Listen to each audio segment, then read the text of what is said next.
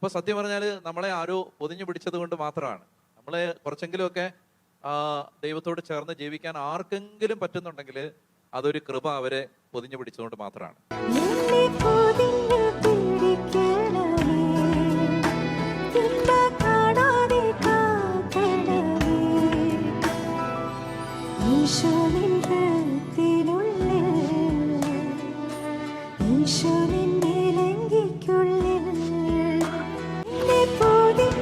എന്റെ കുടുംബത്തെ പ്രിയപ്പെട്ടവരെല്ലാവരെയും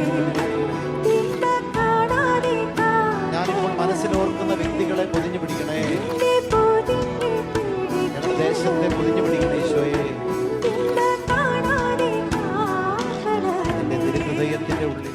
അച്ഛന് ഒരുപാട് വേദനയിലൂടെ കടന്നുപോയ സമയത്തൊക്കെയാണോ ഈ പാട്ട് എഴുതിയത്? തീർച്ചയായിട്ടും ഈ പാട്ട് എഴുതുമ്പോൾ ഒത്തിരി വേദനകൾ ഉണ്ടായിരുന്നു. നെയ്തൊരു മേലങ്കിയാൽ എന്നെ പൊതിഞ്ഞിടണേ, പാർശ്വത്തിൽ നിന്നൊഴുകും വെള്ളത്താൽ എന്നെന്നും എന്നെ കഴുകിടണേ, കല്ലേറു ദൂരെ ഞാൻ രക്തം വിയർക്കുമ്പോൾ മാലാഖമാർ വരണേ.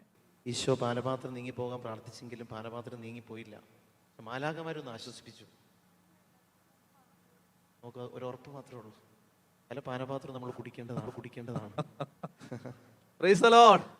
ഈ പാട്ട് പാടിപ്പിടിച്ച സമയത്ത് എൻ്റെ മനസ്സിലൊരു കാര്യം പറയാൻ തോന്നിയത്, ഈ ദൈവകൃപയെ പറ്റി ഇങ്ങനെ വായിച്ചപ്പോൾ രണ്ട് തരത്തിലുള്ള കൃപയുണ്ടെന്ന് മനസ്സിലായി. Sanctifying grace and actual grace.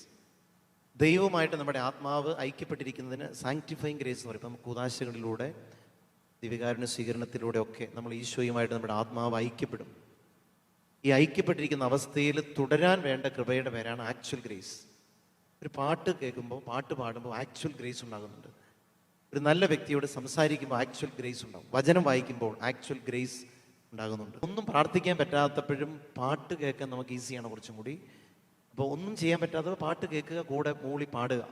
സന്തോഷമുള്ളപ്പോൾ നമ്മൾ പാട്ടിൻ്റെ ട്യൂൺ ശ്രദ്ധിക്കും, ദുഃഖമുള്ളപ്പോൾ ലിറിക്സ് ശ്രദ്ധിക്കും എന്ന് പറയുന്നത്. എനിക്ക് ദുഃഖമുള്ളതുകൊണ്ടായിരിക്കുമല്ലേ ഞാൻ ലിറിക്സ് ശ്രദ്ധിച്ച്. തീർച്ചയായിട്ടും.